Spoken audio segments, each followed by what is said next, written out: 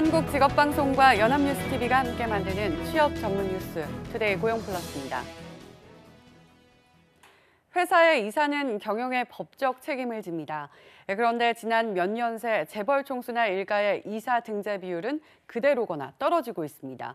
또 이사회는 자기 쪽 사람들로 채워져 거수기 노릇만 하는 게 현실인데요. 책임은 피하고 이익과 권한만 쥔 재벌의 행태를 이동훈 기자가 따져봤습니다. 2년 전 대한항공 주주총회장, 고성이 오갑니다. 주주면은 유니폼을 벗고 얘기하셔야죠. 품격을 지키세요, 품격을. 직원도 주주입니다. 직원도 주주고 직원도 고객입니다. 조양호 회장의 이사 재선임을 놓고 상황이 격화한 건데 결과는 재선임이었습니다. 이렇게 총수가 핵심 기업 이사를 맡은 곳은 49개 재벌 1,700여 개 계열사 중 고작 150여 개. 지난 4년간 그대로입니다. 2, 3세 등 총수 일가의 이사 등재 비율은 계속 떨어집니다. 하지만 2, 3세들의 잦은 갑질 파문에서 보듯 권한은 무한대입니다. 이사로 등재하지 않음으로써 권한의 행사에 따른 책임을 충족할 수 없는 상태가 되었을 때 경영의 투명성과 책임성이 확보되지 못했다라고. 총수 일가가 이사인 90여 곳 중 70% 이상은 사익 편취 규제 대상이거나 규제를 겨우 벗어난 곳들. 돈 되는 곳만 맡았다는 이야기입니다. 대주주 추천 사회이사가 견제를 할 리 없으니 이사 안건 통과율은 사실상 100%입니다. 대주주 아닌 주주들을 대변할 이사와 감시 체계가 필요한 이유입니다. 비지배주주의 다수결로 동의를 받게 하는 이것을 우리가 상법이나 상장회사 규칙에 도입할 필요가 있다.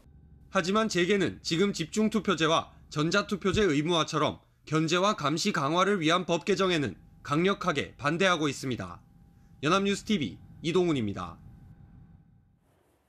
전체 기업 수의 0.3%에 불과한 대기업이 전체 기업의 영업이익에서 차지하는 비중이 크게 늘어 60%를 넘는 것으로 나타났습니다. 통계청이 발표한 영리법인 기업체 행정통계 잠정 결과를 보면 지난해 66만 6천여 개 전체 기업의 영업이익 가운데 2,191개 대기업의 비중은 61%로 한 해 전보다 5.3%포인트나 높아졌습니다. 대기업의 매출 비중은 전체의 48%로 전년보다 0.2%포인트 줄었습니다.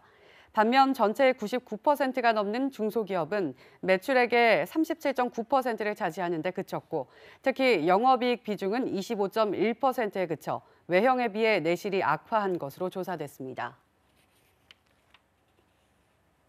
내년 3월부터는 공사장에서도 주 40시간 근무가 시행될 수 있을 것으로 보입니다. 국토교통부는 공공공사 현장에서 적용되는 국토부 훈령인 공공건설공사의 공사기간 산정기준 제정안을 마련해 입법 예고했습니다. 공사기간 산정은 준비기간과 비작업일수, 작업일수, 정리기간을 더하는 방식으로 정하고 공동주택의 경우 준비기간은 30일, 도로개량공사는 40일로 산정했습니다. 특히 작업일수와 비작업일수를 정할 때는 주 40시간 근무 원칙을 지키도록 변경해 건설공사장에서 노동자의 휴식을 보장할 수 있도록 했습니다. 정부는 지금까지 저출산 고령화 정책을 짤 때마다 출산율을 얼마까지 높이겠다는 계획을 세웠는데요. 앞으로는 출산율에 연연하지 않고 대신 초등학교 입학 전까지 병원비가 안 들게 하는 등 아이 키우기 좋은 환경부터 만들겠다고 방향을 바꿨습니다. 조성음 기자가 보도합니다. 아이를 낳으면 병원비를 포함한 양육비가 한 달 평균 66만 원 듭니다.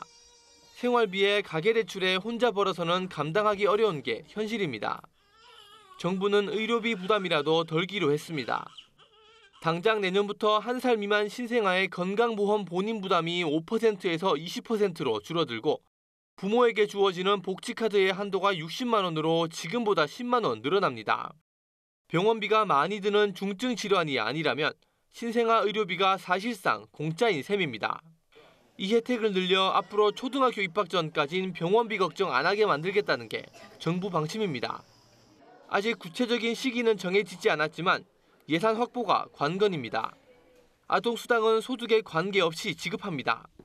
정치권도 달마다 10만 원씩 지급하는 아동수당 대상을 5살에서 8살로 늘리고 내년 10월부터는 출산 장려금 250만 원까지 지급하겠다고 뜻을 모았습니다.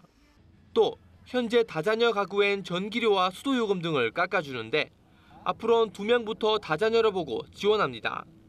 다만 단순히 돈을 더 준다고 아이를 낳지는 않는 만큼 일자리와 집 같은 근본적인 문제 해결에도 힘쏟기로 했습니다. 청년 구직 촉진수당 확대와 신혼부부 특화단지 조성이 대표적입니다. 최근 사립유치원 비리 문제가 불거진 만큼 국공립 어린이집과 유치원 비율을 40%까지 늘리려는 계획을 2021년까지 1년 앞당겨 끝내기로 했습니다. 500세대 이상 아파트엔 국공립 어린이집을 반드시 설치해야 합니다. 직장 어린이집을 갖춰야 하는 사업장도 확대합니다. 연합뉴스TV 조성흠입니다. 정부의 3기 신도시 개발 계획이 조만간 모습을 드러냅니다. 이달 안에 신도시 예정지를 발표할 예정인데 신도시가 재기능을 하려면 교통 인프라를 포함해 생활 기반 시설 구축 계획도 면밀히 마련해야 한다는 목소리가 높습니다. 배삼진 기자입니다. 정부는 연말까지 3기 신도시가 들어설 공공택지 한두 곳을 발표할 예정입니다. 꾸준히 후보지로 거론되는 곳은 광명 시흥과 하남 간북, 김포 고천 등입니다. 시흥과 간북은 서울 접근성이 뛰어날 뿐더러 한때 보금자리 지구로 묶였다가 풀렸을 정도로 좋은 입지 조건과 규모를 갖췄다는 평가를 받고 있습니다.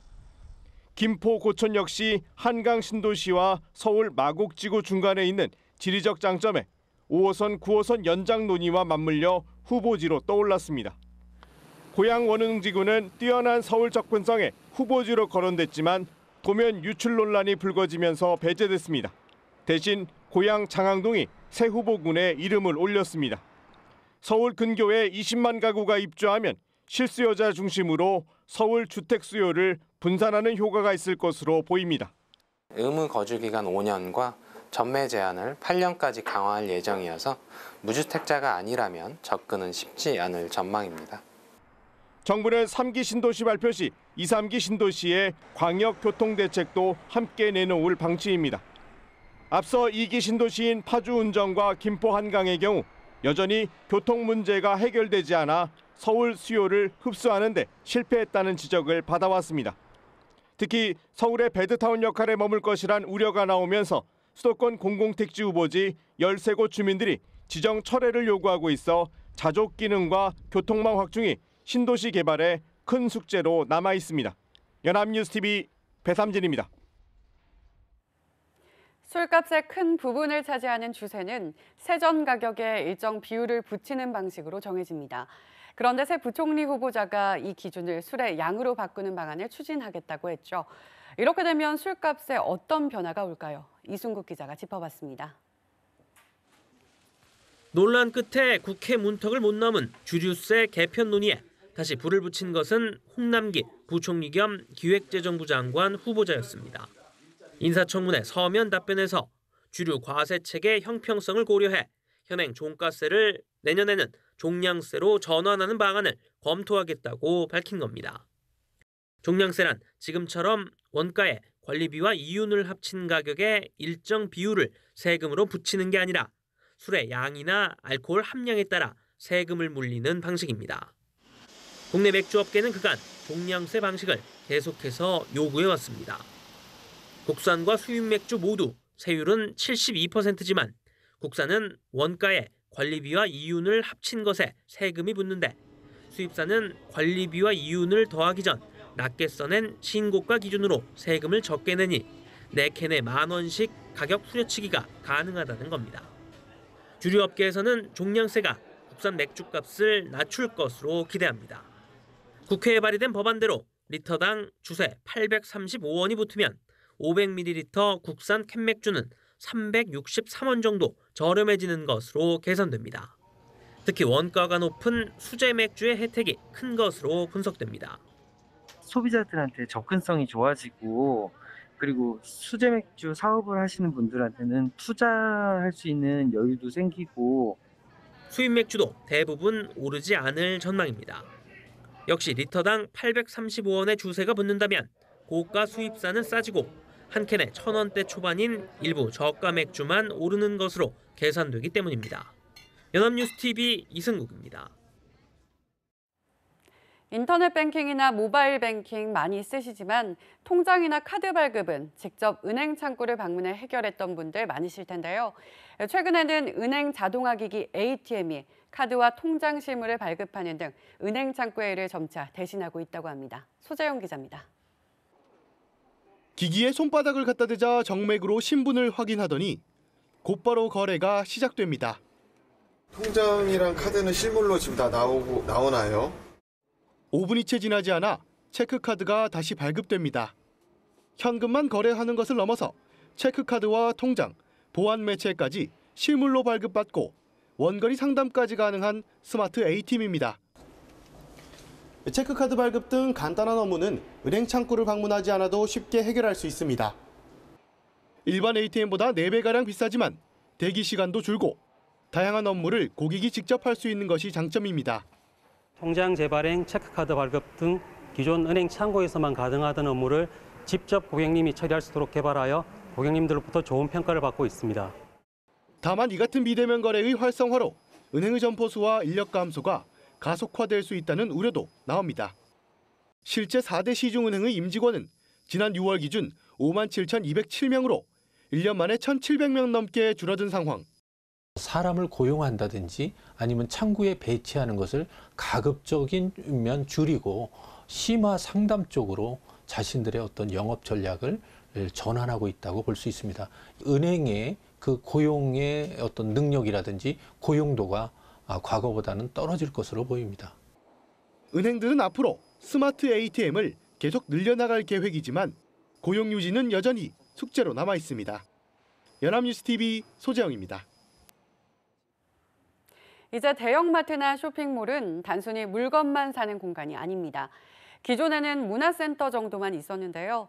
요즘은 전기차 급속 충전은 물론 슈퍼카도 빌릴 수 있고 실내 서핑이나 풋살 경기까지 즐길 수 있는 쇼핑 놀이터가 됐다고 합니다. 정선미 기자입니다. 한 대형마트 주차장입니다.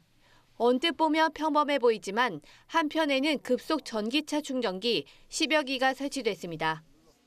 차를 직접 빌릴 수도 있는데 일반 자동차뿐만 아니라 슈퍼카도 대여 가능합니다.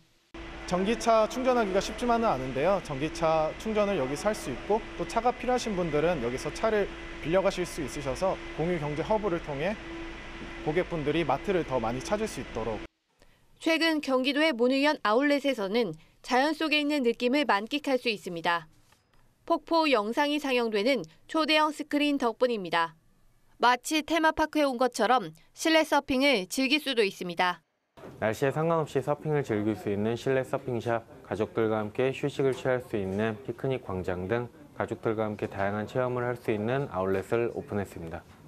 옥상에 풀사장을 설치한 마트도 있는데 설치 후 고객이 10% 늘어나면서 그 효과를 톡톡히 보고 있습니다. 온라인 쇼핑 앱 부상과 강제 휴무 등으로 몸살을 앓고 있는 오프라인 유통업체들. 소비자의 발길을 매장으로 돌리기 위해 온 가족 쇼핑 놀이터로 진화하고 있습니다. 연합뉴스TV 정선미입니다.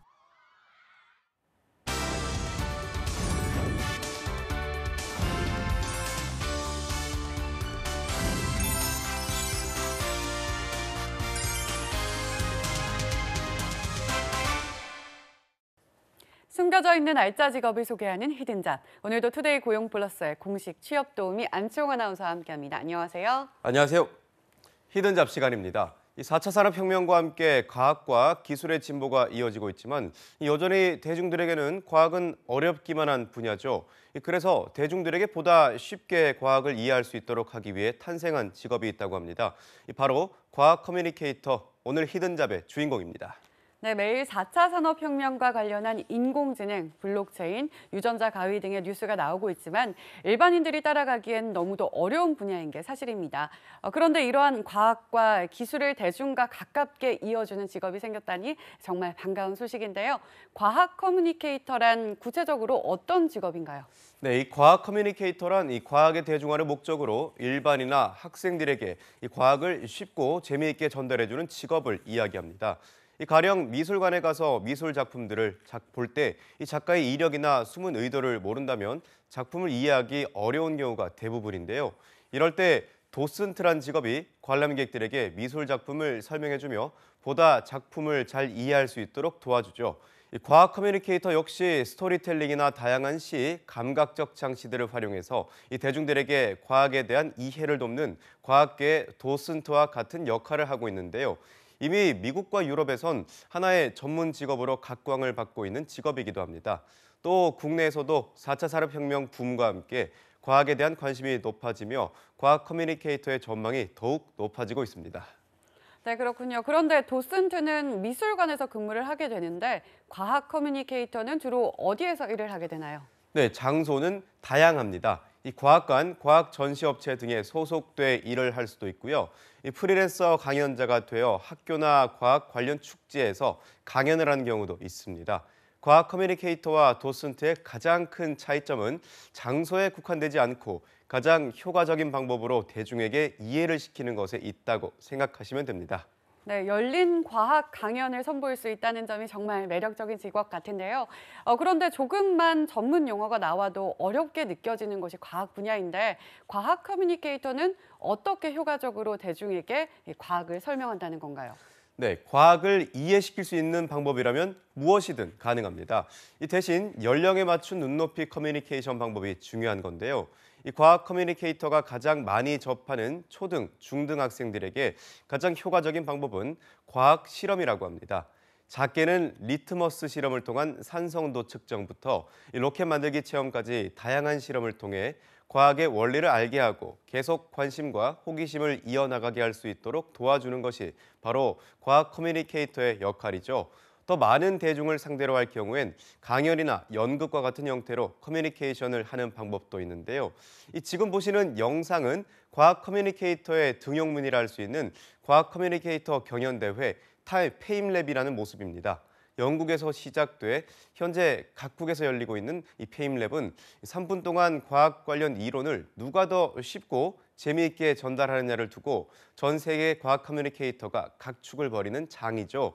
이렇게 과학을 이해시킬 수 있는 방법이라면 무엇이든 가능하고 또 이 방법 자체가 과학 커뮤니케이터의 능력을 판단하는 기준이 되기 때문에 늘 창의적인 아이디어가 필요한 직업이기도 합니다.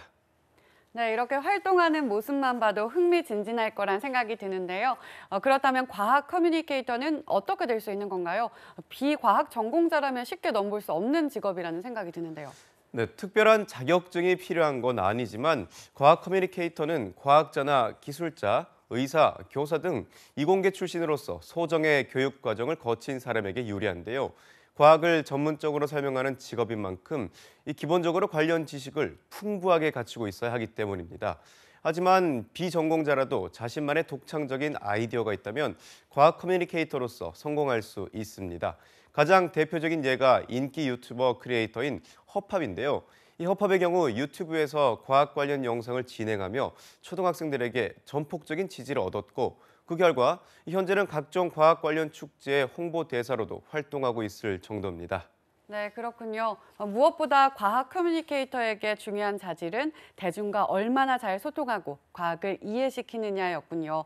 또 단순히 강연, 체험 교육만 하는 것이 아니라 과학 축제 홍보 등과 같은 다양한 관련 영역에서 파생적인 활동을 할 수 있다는 점도 직업적으로 큰 장점일 것 같습니다. 네, 그렇습니다. 이뿐만 아니라 정부의 지원을 받아 과학 콘텐츠를 개발하거나 과학 리포터로도 활동할 수 있는데요. 현재는 해외뿐만 아니라 우리나라에서도 과학 커뮤니케이터에 대한 관심이 높아지며 관련 교육기관들이 등장했다고 합니다. 한국과학창의재단의 사이언스 커뮤니케이터 양성과정, 한국여성과학기술인 지원센터의 SC 창의 실험지도사 과정 등의 대표적인 예인데요. 과학 커뮤니케이터에 도전해보고 싶지만 방법을 몰라 막막한 분들이 있다면 해당 기관에 꼭 문의해보시기 바랍니다. 네, 인공지능과 스마트시티 등 우리 삶에 과학이 깊숙이 들어온 만큼 과학 커뮤니케이터는 앞으로도 꾸준히 인기를 얻는 직업이 될 것으로 보입니다. 대중과 과학을 이어주는 특별한 직업, 과학 커뮤니케이터에 관심이 있는 분들이라면 꼭 도전해 보시기 바랍니다. 지금까지 히든잡 안치홍 아나운서였습니다. 고맙습니다. 고맙습니다. 지금까지 투데이 고용플러스였습니다. 오늘 저희가 준비한 내용은 여기까지입니다. 함께해 주신 여러분 고맙습니다.